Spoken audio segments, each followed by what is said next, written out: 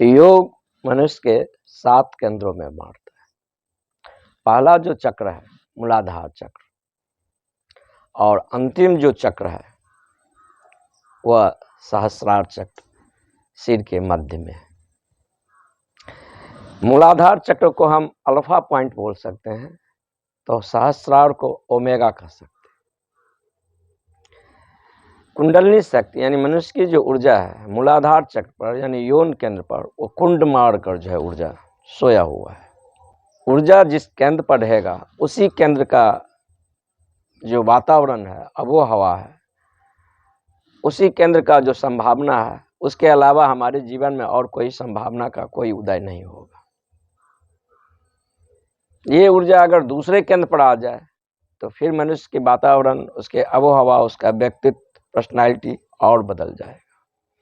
अगर वह तीसरे केंद्र पर आ जाएगा उसमें और ऊंचाई आ जाएगा। अगर चौथा केंद्र पर आ जाए तो उसके नीचे 3 केंद्र है, उसके ऊपर 3 केंद्र है, ठीक मध्य में आ गया है। अब उस पर जो है पाश्विक वृत्तियों का उतना आकर्षण नहीं रहेगा।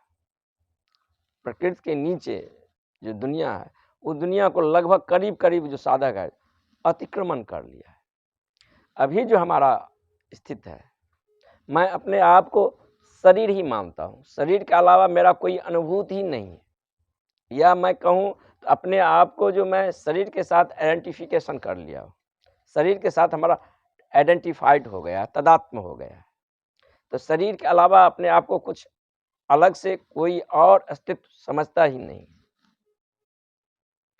अगर मेरा हाथ कट जाए या पैर कट जाए या आंख चली जाए या कान चली जाए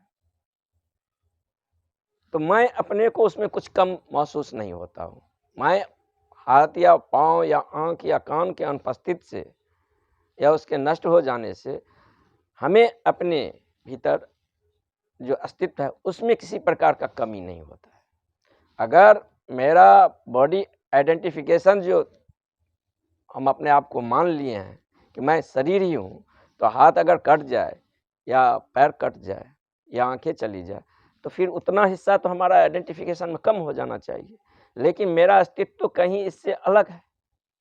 इससे अलग होने के बावजूद ही मेरा हाथ या पाँव या शरीर नष्ट हो जाने पर अपने आप को कुछ कमी उसमें महसूस नहीं होता है। जैसे हाथ कटने के बाद थे वैसे हाथ कटने के बाद मैं भीतर अपने आप को महसूस करता हूँ। हाँ, हाथ से जो मेरे लिए सुविधा था, पाँव से जो मेरे लिए सुविधा मिल रहा था, उसमें कमी आ जाएगा, लेकिन उस मैं भाव में किसी प्रकार का कमी नहीं आएगा। तो हमारा जो पूरा एनर्जी है वो यौन केंद्र के पास जो है पूरा सोया हुआ है। पशु के लिए जो है सेक्स उसकी अंतिम संभावना है। उसके बाद या सेक्स के उस अनुभव के बाद उसके जीवन में और कुछ आयाम बचता ही नहीं। उसके लिए वह ओमेगा पॉइंट है। लेकिन मनुष्य के लिए सेक्स जो है सो प्रारंभिक बिंदु है, वह अल्फा पॉइंट है। उसकी संभावना सेक्स के अलावा और भी बहुत है। मैं एक कहानी पढ़ रहा था। एक नया अमीर आदमी हुआ था, एक बहुत प्यारा बंगला बनाया था, बहुत खूबसूरत बंगला था। जब बंगला बनकर कंप्लीट हुआ तो उसके आसपास वो बहुत एक प्यारा सा लॉन बगीचा लगाया। बगीचा में बहुत सुंदर सुंदर फूल और अन्य पौधे जो है सो रोपा गया। लेकिन वो देखता है कि उसके साथ और कुछ भी जो बगीचे में उगाया है। अब उसके लिए यह भेद करना बड़ी मुश्किल हो गया, इसमें कौन फूल का पौधा है कौन घास पात है।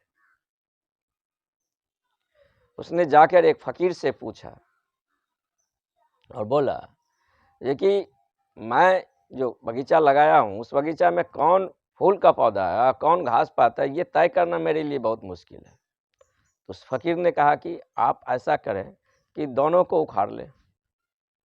जो अपने आप फिर निकल आए, समझ जाएं वह घास पात है, और जो बड़ी जतन से बड़ी मेहनत से लगता है समझे कि वह फूल है। जिंदगी में बहुत सारा व्यर्थ है, जो अपने आप घास पात के जैसे जो है उगाते हैं। भूख, नींद, सेक्स, हमारे ज़िंदगी के जो आसपास लगभग 99 पॉइंट जो अभिव्यक्ति है वह सेक्स केंद्र के आसपास। चाहे हमारी शिक्षा हो, चाहे हमारा धन हो, चाहे हमारा पद हो, वह इसके ही लिए तैयारी किया जा रहा है कि काम को अधिक से अधिक भोग सको, क्योंकि स्त्री उसी पुरुष को पसंद करता है जिसमें पुरुषार्थ। भारतीय संस्कृति ने पुरुषार्थ में 4 पुरुषार्थ को गिनती की है: काम, अर्थ, धर्म, मोक्ष। अब स्त्री काम है। स्त्री को फलने फूलने की पूरी संभावना अर्थ के साथ पैदा होता है। अगर अर्थ नहीं तो स्त्री पूरा फल फूल नहीं सकेगा। वो जो समरेगी, वह जो अपने परम सौंदर्य को उपलब्ध होगा, उसके लिए अर्थ चाहिए। अर्थ जो है सो खाद का काम करता है। तो चाहे पुरुष पद की तलाश करता हो या शिक्षा की तलाश करता हो या किसी भी आयाम में तलाश करता हो, लेकिन अंततः उसकी तलाश जो है सो काम है, क्योंकि काम वासना ही अपने विभिन्न रूपों में फैलाव करता है। अधिक अगर पुरुष के पास अर्थ होगा, धन होगा, तो अधिक से अधिक काम को भोग लेगा। हम अपने पहले समय का जो मेजरमेंट रखे थे, जिस पुरुष के पास अधिक स्त्री होते थे, हम उसे सबसे बड़े और सम्मानित सम्राट मानते थे। हमारे राजा महाराजा या हमारे महापुरुष हो, उनको बड़े बताने के लिए हम अधिक से अधिक स्त्रियों को गिनती करते हैं उनके पास। हाल में हैदराबाद के निजाम थे जिनके 500 पटरानियाँ थी। एक रानी काफ़ी है, 2 काफ़ी है एक पुरुष के लिए, 500 को क्या जरूरी है। वो मेजरमेंट था उस समय का, बताने के लिए आदमी का, ये आदमी इतना बड़ा आदमी है। हम कृष्ण के 16,000 पटरानियों की गिनती करते हैं। वो सत्य नहीं है। वह हम अपने महापुरुष को बड़ा करने के लिए वो मेजरमेंट बताते हैं, जो कि ये इतने बड़े आदमी थे तो इतनी पत्नियां तो होना ही चाहिए। कैरी गेरी नत्थु खेरे छोटे मोटे तो आदमी नहीं है कि 2-4 हजार में चल जाएगा। अवतार हैं तो 16,000 पटरानियां इनको होना चाहिए। यह उस समय का मेजरमेंट था। अब आदमी को बड़ा बताने के लिए क्या शिक्षा है, कितना पढ़ा है, किस पद पर काम करता है, कितना अर्थ है, कितना बैंक बैलेंस, अभी के समय का यह मेजरमेंट हो गया था। लेकिन उस समय का मेजरमेंट था कि आदमी के हरम में कितनी स्त्रियां हैं, यह उस समय का मेजरमेंट था। तो हमारी जो कल्चर है या हमारी जो दौड़ है, वो काम वासना के इर्द गिर्द है। चाहे हम सुंदर मकान बनाएं, कि पद की तलाश करें या धन की तलाश करें, अंतिम उसका लक्ष्य यही होता है कि हम काम को ठीक से भोग सकें। उसके लिए सारे साधन हम जुटाते हैं। लेकिन यह पहला तल है। यहाँ हमारा इस यौन केंद्र पर पूरा ऊर्जा जो है वो संग्रहित है, सोया हुआ है। अब ऊर्जा को जब हम अपने अंतिम पॉइंट पर, सहस्रार पर पहुंचेगा, तो हमारा आइडेंटिफिकेशन टूट जाएगा और जो बॉडी का साथ हमारा आइडेंटिफिकेशन है वह टूट जाएगा। इसीलिए हम आदमी में देखते हैं कि अपने पूरे शरीर से उसका उतना आइडेंटिफिकेशन नहीं है जितना अपना फेस से है। वह ये मान लेगा ये हाथ मैं नहीं हूँ, पाँव मैं नहीं हूँ, लेकिन सर से अपना आइडेंटिफिकेशन दर्पण में देखते समय तोड़ नहीं सकता है, क्योंकि ये वह समझ में ही नहीं आता है कि सर मैं नहीं हूँ तो फिर मैं हूँ क्या। सर से आइडेंटिफिकेशन बहुत गहरा है। लेकिन जब हम उस बिंदु के पार जाते हैं, उसका अतिक्रमण करते हैं, तब उस सर से आइडेंटिफिकेशन हमारा टूट जाता है। हाउ हम ब्रह्म में लीन हो जाते हैं, जो हमारा अंतिम संभावना है। इस बीच मनुष्य डोलता है, अल्फा और ओमेगा, मूलाधार से सहस्रार पर। सामान्य आदमी तो अपने जीवन पर जहाँ जन्म लेता है वहीं जो है सो उसका उसी चक्र के आसपास जो है सो उसी आबो हवा में उसका जो है सो मृत्यु हो जाता है। उसकी ज़िंदगी में और कोई आयाम और कोई डायमेंशन या और कोई गति या और कोई ज़िंदगी के नए डायमेंशन में उसका कोई गति होता ही नहीं। योग इसके लिए बहुत सारा प्रयास किए हैं। कितने शरीर को 5 में बांटे हैं, कितने 7 में बांटे हैं, कितने 9 में बांटे हैं। लेकिन 7 बहुत वैज्ञानिक व्यवस्था है, 7 से काम चल जाए। कैसे इस एनर्जी को जो मूलाधार चक्र पर सोया है, उसे हम आगे से आगे जो है, आगे के चक्र पर गतिमान करें। इसके लिए योग, यम, नियम, प्राणायाम, प्रत्याहार, धारणा, ध्यान, समाधि, पतंजलि का अष्टांग योगों में इसका पूरा वर्णन है। हठ योग किसी और आयाम से इसके लिए काम कर रहा है। मनुष्य अपने व्यक्तित्व को, अपने पर्सनैलिटी को, अपने चित्त को, अपने शरीर को, अपने भावनाओं को कैसे अतिक्रमण करे। सांग किसी और आयाम से बात करता है, लेकिन मूल्य बात है जो मनुष्य का जो अंतिम संभावना है, उसको मनुष्य कैसे उपलब्ध हो जाए। मनुष्य लाखों करोड़ों योनि से भटकते हुए, यात्रा करते हुए, अरबों खरबों अनंत समय से वह इस द्वार पर दस्तक दे दिया है। क्योंकि मनुष्य जो जन्म है वह सर्वश्रेष्ठतम जन्म है। पृथ्वी पर मनुष्य से बड़ा योनि कोई और नहीं है, लेकिन मनुष्य में यह संभावना है कि वह परमात्मा के द्वार तक आ गया है।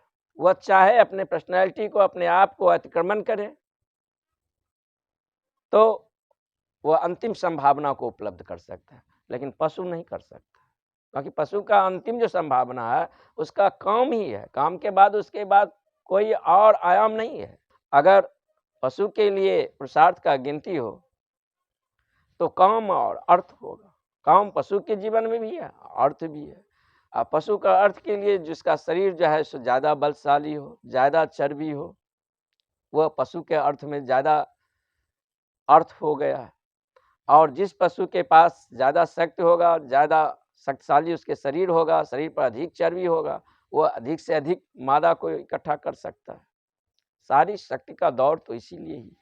अगर हम अपना जीवन यौन ही कंद पर जीते हैं तो पशु और हमारे में उस तल पर कोई फर्क नहीं है। लेकिन अगर हम जिंदगी को और आयाम में गति करते हैं तो हमारे जिंदगी में और नए डायमेंशन का उदय होता है, हमारे जिंदगी में और नए आयाम का आविर्भाव होता है। इस तल पर जो हम है ये हमारा अर्जित नहीं है, इसके लिए हम कोई प्रयास नहीं किए।